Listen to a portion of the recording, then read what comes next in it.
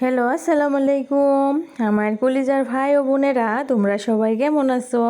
আশা করি তোমরা ভালো আছো। আলহামদুলিল্লাহ, আমিও তোমাদের সবার দোয়ায় ভালো আছি। আজকে আমি তোমাদের সাথে শেয়ার করব সামান্য একটু গোস্ত রান্না আর হলো আমার কিছু গাছ তোমাদের সাথে দেখাবো। এই তো দেখো, আমি মশলাটা ভালো করে কষিয়ে নিচ্ছি। মাছ হোক বা মাংস, মশলা যদি ভালো করে কষানো হয় তরকারিটা এমনিতেই অনেক ভালো লাগে। এই তো দেখো, আমার মশলাটা কষানো হয়ে এসেছে।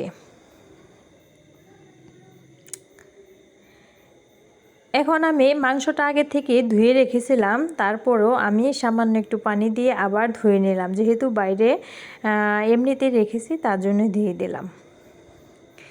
এখন আমি একটু নাড়াচাড়া দিয়ে ভালো করে কষিয়ে নেব। কষানোর জন্য ঢেকে দিলাম। এদিকে দেখতেই পাচ্ছ একটা গোসলের বাটি, সেই বাটির মধ্যে আমি শৈলা সস আর গোটা সস গেড়েছি। সেগুলো মাশাআল্লাহ অনেক সুন্দর হয়েছে, দেখো কত সুন্দর। আর এই তো দেখো একটা গাছ, এই গাছটা খুব ভালো লাগে। আর এই তো দেখো একটা সুন্দর গোলাপ গাছ, এটা কি তোমাদের সাথে না শেয়ার করলেই নয়। আমি তোমাদের সাথে সুন্দর একটা গোলাপ গাছ শেয়ার করলাম। আর এখানে লতা ফুল গাছ গেড়েছি। আর এদিকে দেখো আমার লতা কচু গাছ আর হলো এটা আদা গাছ। এগুলা হলো একদম দেশি আদা। সামান্য একটু একটু করে আদা গেড়েছিলাম, সেগুলো দেখো এত সুন্দর ফলন হয়েছে, মানে দেখলেই মনটা জুড়ে যায়। আর এই তো দেখো সিম গাছ, যেহেতু আমরা দুইজন মানুষ, বেশি সিম লাগে না, তার জন্যে আমি এই সিম গাছের আর কোনো জাংলা দিয়ে দিইনি। এই তো একটা দেখো করলা গাছ, আর এখানে লাউ গাছ। এবার লাউ গাছটা বেশি বড় হয়নি, পিছিয়ে পড়েছি আমরা। এবছরে মনে করো আমি অনেক সবজি কিনে খাইনি, যেমন করলা, তারপরে হলো কাঁকরোল, পেঁপে, ধুন্দুল, মরিচ, বেগুন, এগুলো আমি এবছরে একটা সবজিও কিনে খাইনি। তোমরা যদি আমার সবজি গাছগুলো দেখতে চাও তাহলে আমি তোমাদের সাথে শেয়ার করব, পাশে থেকো। আর হ্যালো আপু এবং ভাইয়েরা, তোমরা আমার কথায় যদি কোনো ভুল পাও তাহলে ক্ষমার দৃষ্টিতে দেখো। আর এই তো দেখতেই পাচ্ছ, আমি মাংসর মধ্যে একটু আলু দেব, যেহেতু আমার বাচ্চাগুলো আলু খুব পছন্দ করে, তার জন্য আলু কেটে নিলাম। আলুটা পরে দিয়ে দিব। আর আমি রান্না করতে করতে আস্তে আস্তে সেগুলা গুছিয়ে নিই। হিবিজিবি রান্নার কাছে হিবিজিবি থাকলে আমার ভালো লাগে না, তাই আস্তে আস্তে সেগুলা গুছিয়ে নিই। এই তো দেখো আমার মাংসটা প্রায় সিদ্ধর দিকে, তখনই আমি আলুটা দিয়ে দিব।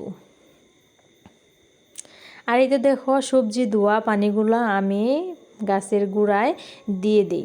আর তোমরা ভেবো না আলুটা আমি একটা ধোয়া দিয়েছি, আলু আমি 3টা ধোয়া দিয়েছি। ভিডিও বড় হবে বলে আমি একবার তোমাদের সাথে শেয়ার করলাম। এখানে রান্না করার সময় যে সবজি ধোয়া পানিগুলো থাকে, সেই পানিগুলো আমি পিছনের যে গোলাপ গাছ থাকে সেখানে দেই। আর হলো এই যে সাইডের যে গাছগুলা, সেই গাছগুলার মধ্যে আমি পানিগুলা দিয়ে দিই। হ্যালো আপুরা, বাইরে একটু সাউন্ড হচ্ছে, সেই সাউন্ডের জন্যে তোমরা আমাকে কিছু মনে করো না।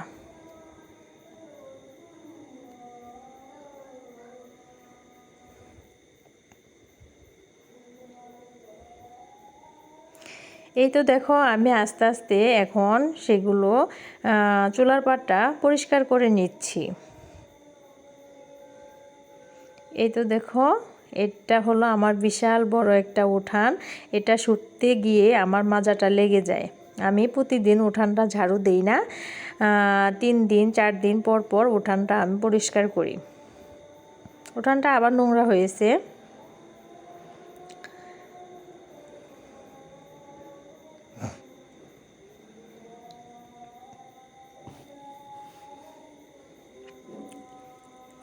এদিকে দেখতে পাচ্ছ একটা লোক, এটা হচ্ছে আমার পাশের বাসার একটা আন্টি হয়, সেই আন্টিটা আসে আমার বাসায় মাঝে মাঝে, অনেক লোকজনই আসে।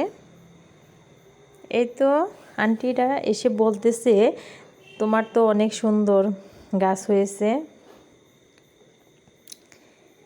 এদিকে দেখো আমার রান্নাটা প্রায় শেষের দিকে। আমি মাংসর মধ্যে একবারে ঝোল দিই না, সামান্য একটু একটু করে ঝোল দিয়ে সেটাকে কষানোর মতন করে খাই, তাহলে মাংস রান্নাটা অনেক মজা হয়।